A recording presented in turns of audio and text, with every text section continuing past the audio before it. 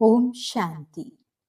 1 नवंबर 2024 मीठे प्यारे बाबा के आज के मीठे मधुर महावाक्य। आज की मुरली के कुछ मुख्य पॉइंट्स।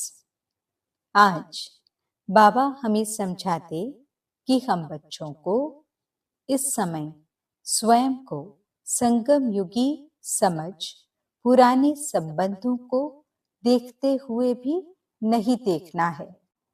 सदा बुद्धि में रखना है कि हम अकेले आए थे और अकेले जाना है। ज्ञान के तीसरे नेत्र से ही सब कुछ देखने का अभ्यास करना है। क्रिमिनल दृष्टि खत्म करनी है। पुराने खाते खत्म कर हर घड़ी हर संकल्प में अलौकिकता का अनुभव करना है। बातों को न देखते हुए सिर्फ स्वयं और पाप को देखना है। आज की मुरली में बाबा हमें याद की यात्रा का महत्व और उसकी प्राप्तियां भी समझाते हैं। तो चलिए सुनते हैं आज की बाबा की मीठी प्यारी मुरली। ओम शांति। बाबा कहते, मीठे बच्चे, इस समय निराकार बाप साकार में आकर तुम्हारा श्रृंगार करते हैं, अकेला नहीं।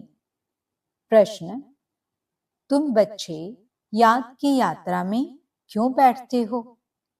उत्तर, पहला पॉइंट, क्योंकि तुम जानते हो इस याद से ही हमें बहुत बड़ी आयु मिलती है, हम निरोगी बनते हैं। दूसरा पॉइंट, याद करने से हमारे पाप कटते हैं, हम सच्चा सोना बन जाते हैं।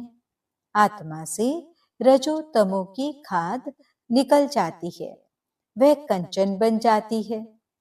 तीसरा पॉइंट, याद से ही तुम पावन दुनिया के मालिक बन जाएंगे। चौथा पॉइंट, तुम्हारा श्रृंगार होगा। पांचवा पॉइंट, तुम बहुत धनवान बन जाएंगे। यह याद ही तुम्हें पद्मा पदम भाग्यशाली बनाती है। ओम शांति। रूहानी बच्चों को रूहानी बाप समझा रहे हैं, यहाँ बैठ तुम क्या करते हो? ऐसे नहीं सिर्फ शांति में बैठे हो, अर्थ सहित ज्ञानमय अवस्था में बैठे हो। तुम बच्चों को ज्ञान है बाप को हम क्यों याद करते हैं। बाप हमको बहुत बड़ी आयु देते हैं। बाप को याद करने से हमारे पाप कट जाएंगे, हम सच्चा सोना सतो प्रधान बन जाएंगे। तुम्हारा कितना श्रृंगार होता है, तुम्हारी आयु बड़ी हो जाएगी, आत्मा कंचन हो जाएगी। अब आत्मा में खाद पड़ी हुई है, याद की यात्रा से वह सब खाद जो रजो तमो की पड़ी है वह सब निकल जाएगी। इतना तुमको फायदा होता है, फिर आयु बड़ी हो जाएगी, तुम स्वर्ग के निवासी बन जाएंगे और बहुत धनवान बनेंगे। तुम पद्मा पदम भाग्यशाली बन जाएंगे। इसलिए बाप कहते हैं, मन मना भव मामेकम याद करो। कोई देहधारी के लिए नहीं कहते, बाप को तो शरीर है नहीं, तुम्हारी आत्मा भी निराकार थी, फिर पुनर्जन्म में आते आते पारस बुद्धि से पत्थर बुद्धि बन गई है, अब फिर कंचन बनना है। अभी तुम पवित्र बन रहे हो, पानी के स्नान तो जन्म जन्मांतर किए, समझा हम इससे पावन बनेंगे, परंतु पावन बनने बदले और ही पतित बन नुकसान में पड़े हो, क्योंकि यह है ही झूठी माया, झूठ बोलने के संस्कार हैं सबके।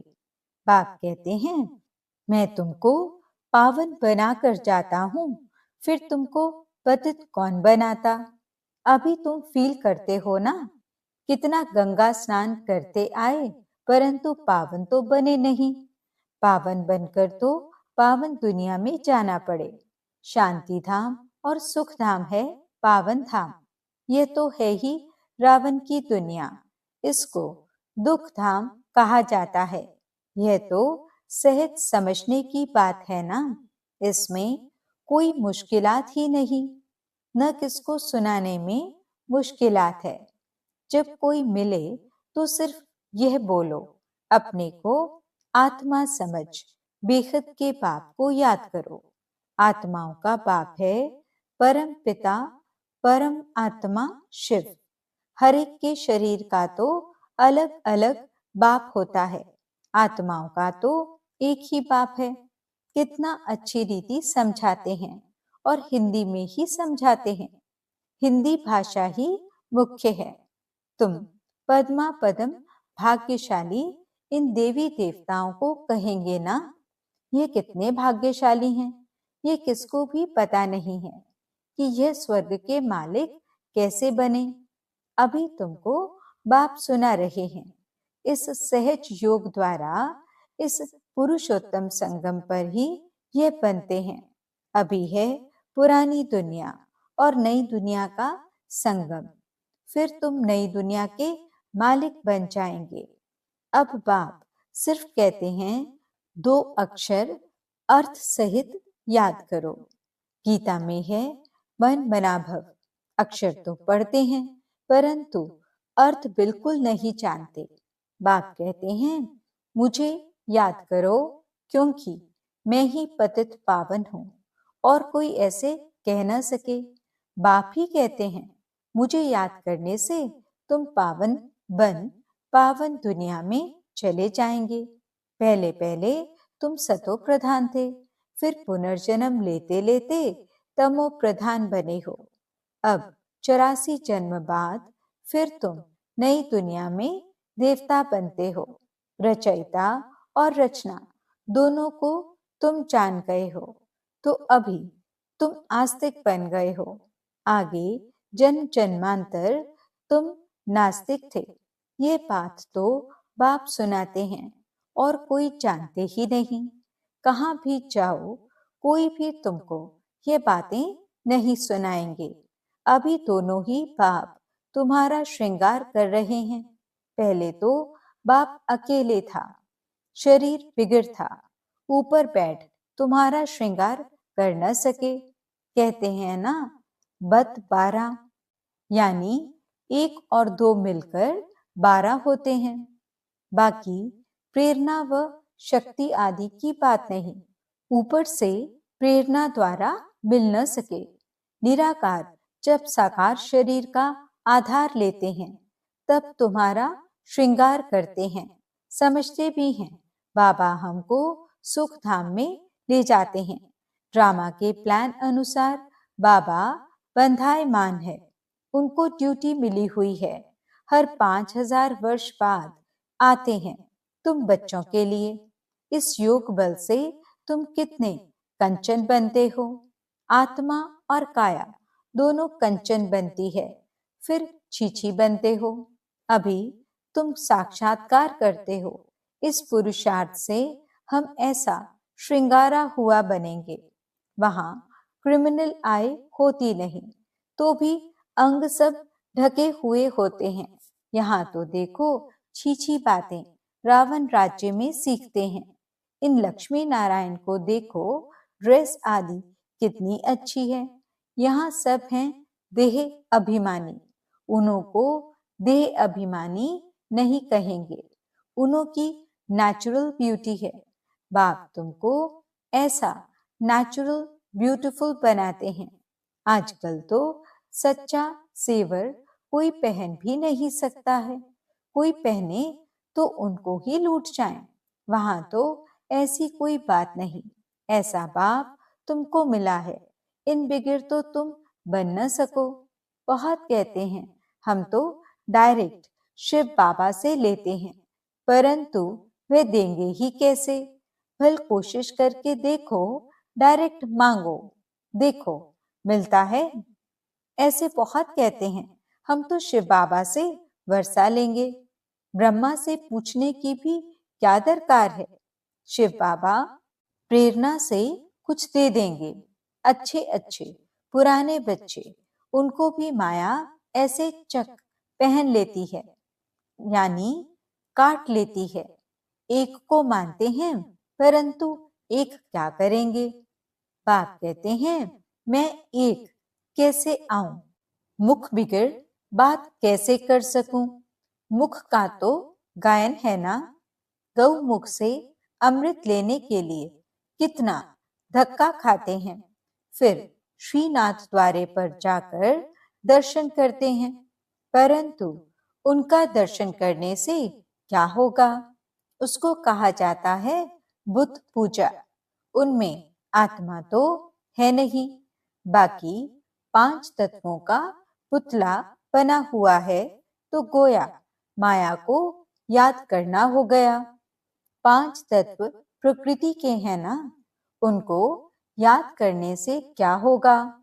प्रकृति का आधार तो सबको है, परंतु वहां है सतो प्रधान प्रकृति, यहाँ है तमो प्रधान प्रकृति।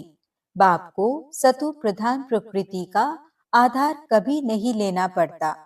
यहाँ तो सतो प्रधान प्रकृति मिल न सके। ये जो भी साधु संत हैं, बाप कहते हैं, इन सब का उद्धार मुझे करना पड़ता है। मैं निवृत्ति मार्ग में आता ही नहीं हूँ। यह है ही प्रवृत्ति मार्ग।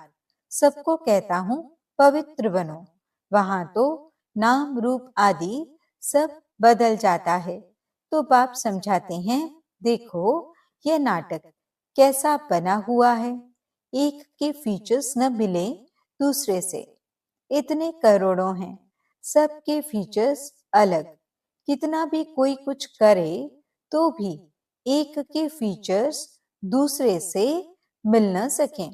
इसको कहा जाता है कुदरत, वंडर। स्वर्ग को वंडर कहा जाता है ना, कितना शोभनिक है। माया के 7 वंडर, बाप का एक वंडर। वे 7 वंडर्स तराजू के एक तरफ रखो, ये एक वंडर दूसरे तरफ में रखो, तो भी यह भारी हो जाएगा। एक तरफ ज्ञान, एक तरफ भक्ति को रखो, तो ज्ञान का तरफ बहुत भारी हो जाएगा। अभी तुम समझते हो, भक्ति सिखलाने वाले तो ढेर हैं, ज्ञान देने वाला एक ही बाप है। तो बाप बैठ बच्चों को पढ़ाते हैं, श्रृंगार करते हैं। बाप कहते हैं पवित्र बनो, तो कहते नहीं हम तो छीछी बनेंगे। गरुड़ पुराण में भी विषय वैतरणी नदी दिखाते हैं ना। बिच्छू, टिंडन, सर्प आदि सब एक दो को काटते रहते हैं। बाप कहते हैं तुम कितने निधन के बन जाते हो। तुम बच्चों को ही बाप समझाते हैं। बाहर में कोई को ऐसा सीधा कहो तो बिगड़ जाए, बड़ा युक्ति से समझाना होता है। कई बच्चों में बातचीत करने का भी अक्ल नहीं रहता। छोटे बच्चे एकदम इनोसेंट होते हैं, इसलिए उनको महात्मा कहा जाता है। कहाँ श्री कृष्ण महात्मा, कहाँ यह सन्यासी निवृत्ति मार्ग वाले महात्मा कहलाते हैं। वह है प्रवृत्ति मार्ग। वह कभी भ्रष्टाचार से पैदा नहीं होते। उनको कहते ही हैं श्रेष्ठाचारी। अभी तुम श्रेष्ठाचारी बन रहे हो। बच्चे जानते हैं यहाँ बाप दादा दोनों इकट्ठे हैं। ये जरूर श्रृंगार अच्छा ही करेंगे। सबकी दिल होगी ना, जिन्होंने इन बच्चों को ऐसा श्रृंगार कराया है, तो हम क्यों ना उनके पास जाएं। इसलिए तुम यहाँ आते हो रिफ्रेश होने। दिल कशिश करती है बाप के पास आने। जिनको पूरा निश्चय होता है, वे तो कहेंगे चाहे मारो चाहे कुछ भी करो, हम कभी साथ नहीं छोड़ेंगे। कोई तो बिगर कारण भी छोड़ देते हैं। ये भी ड्रामा का खेल बना हुआ है। फारकती वह डाइवोर्स दे देते हैं। बाप जानते हैं यह रावण के वंश के हैं। कल्प कल्प ऐसा होता है। कोई फिर आ जाते हैं। बाबा समझाते हैं हाथ छोड़ने से पद कम हो जाता है। सम्मुख आते हैं, प्रतिज्ञा करते हैं हम ऐसे पाप को कभी नहीं छोड़ेंगे। परंतु माया रावण भी कम नहीं है, झट अपनी तरफ खींच लेती है। फिर सम्मुख आते हैं तो उनको समझाया जाता है। बाप लाठी थोड़े ही लगाएंगे, बाप तो फिर भी प्यार से ही समझाएंगे। तुमको माया ग्रह खा जाता, अच्छा हुआ जो बचकर आ गए। घायल होंगे तो पद कम हो जाएगा। जो सदैव एक रस ही रहेंगे वह कभी हटेंगे नहीं, कभी हाथ नहीं छोड़ेंगे। यहाँ से बाप को छोड़ मरकर माया रावण के बनते हैं तो उनको माया और ही जोर से खाएगी। बाप कहते हैं तुमको कितना श्रृंगार करते हैं। समझाया जाता है अच्छे होकर चलो, किसको दुख नहीं दो। ब्लड से भी लिख कर देते हैं, फिर वैसे के वैसे बन जाते हैं। माया बड़ी जबरदस्त है, कान नाक से पकड़कर बहुत तड़फाती है। अब तुमको ज्ञान का तीसरा नेत्र देते हैं तो क्रिमिनल दृष्टि कभी नहीं जानी चाहिए। विश्व का मालिक बनना है तो कुछ मेहनत भी करनी पड़े ना। अब तुम्हारी आत्मा और शरीर दोनों तमो प्रधान है, खाद पड़ गई है। इस खाद को भस्म करने के लिए बाप कहते हैं मुझे याद करो। तुम बाप को याद नहीं कर सकते हो, लज्जा नहीं आती है। याद नहीं करेंगे तो माया के भूत तुमको हप कर लेंगे। तुम कितना छीछी बन गए हो। रावण राज्य में एक भी ऐसा नहीं जो विकार से पैदा न हुआ हो। वहां इस विकार का नाम नहीं। रावण ही नहीं, रावण राज्य होता ही है द्वापर से। पावन बनाने वाला एक ही बाप है। बाप कहते हैं बच्चे ये एक जन्म ही पवित्र बनना है, फिर तो विकार की बात ही नहीं होती। वह है ही निर्विकारी दुनिया। तुम जानते हो यह पवित्र देवी देवता थे, फिर 84 जन्म लेते लेते नीचे आए हैं, अब हैं पतित। तब पुकारते हैं शिव बाबा हमको इस पतित दुनिया से छुड़ाओ। अभी जब बाप आए हैं तब तुमको समझ पड़ी है कि यह पतित काम है। आगे नहीं समझते थे क्योंकि तुम रावण राज्य में थे। अब बाप कहते हैं सुख धाम चलना है तो छीछी बनना छोड़ो। आधा कल्प तुम छीछी बने हो, सिर पर पापों का बहुत बोझा है और तुमने गाली भी बहुत दी है। बाप को गाली देने से बहुत पाप चढ़ जाते हैं। ये भी ड्रामा में पाठ है। तुम्हारी आत्मा को भी 84 का पाठ मिला हुआ है, वह बजाना ही है। हर एक को अपना पाठ बजाना है। फिर तुम रोते क्यों हो? सतयुग में कोई रोता नहीं। फिर ज्ञान की दशा पूरी होती है तो वही रोना पीटना शुरू हो जाता है। मोहजीत की कथा भी तुमने सुनी है। यह तो एक झूठा दृष्टांत बनाया है। सतयुग में कोई की अकाल मृत्यु होती नहीं। मोहजीत बनाने वाला तो एक ही बाप है। परमपिता परमात्मा के तुम वारिस बनते हो, जो तुमको विश्व का मालिक बनाते हैं। अपने से पूछो हम आत्माएं उनके वारिस हैं? बाकी जिस्मानी पढ़ाई में क्या रखा है? आजकल तो पतित मनुष्यों की शक्ल भी नहीं देखनी चाहिए, न बच्चों को दिखानी चाहिए। बुद्धि में हमेशा समझो हम संगम युग पर हैं। एक बात को ही याद करते हैं और सबको देखते हुए नहीं देखते हैं। हम नई दुनिया को ही देखते हैं। हम देवता बनते हैं, उस नए संबंधों को ही देखते हैं। पुराने संबंध को देखते हुए नहीं देखते हैं। ये सब भस्म होने वाला है। हम अकेले आए थे, फिर अकेले ही जाते हैं। बाप एक ही बार आते हैं साथ ले जाने। इनको शिव बाबा की बारात कहा जाता है। शिव बाबा के बच्चे सब हैं। बाप विश्व की बादशाही देते हैं, मनुष्य से देवता बनाते हैं। आगे विष उगलते थे, अब अमृत उगलते हैं।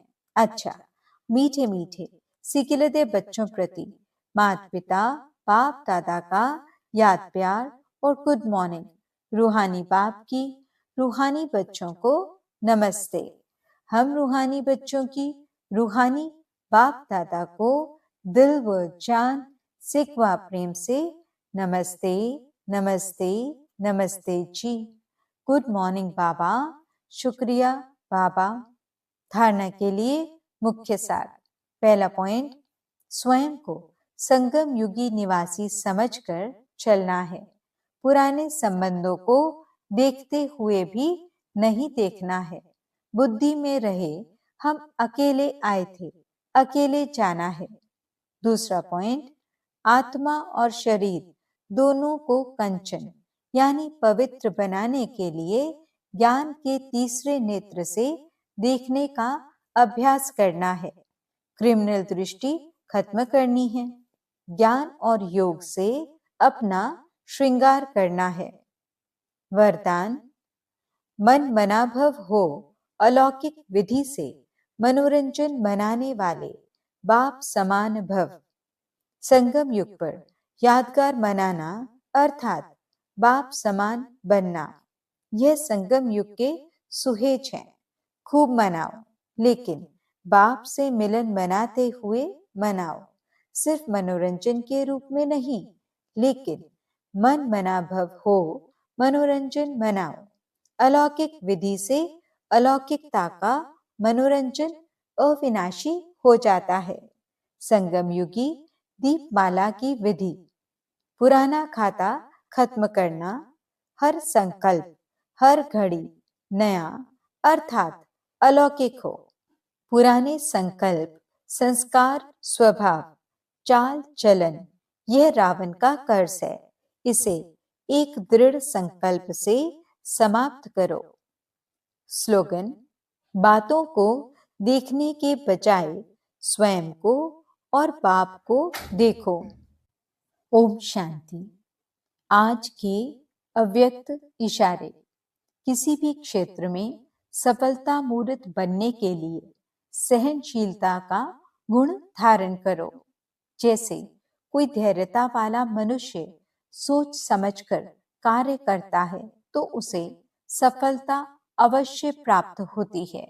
वैसे ही सहनशील जो होते हैं वह अपनी सहनशीलता की शक्ति से कठोर संस्कार वाले को भी शीतल बनाकर उन्हें भी सहयोगी बना लेते हैं। ओम शांति।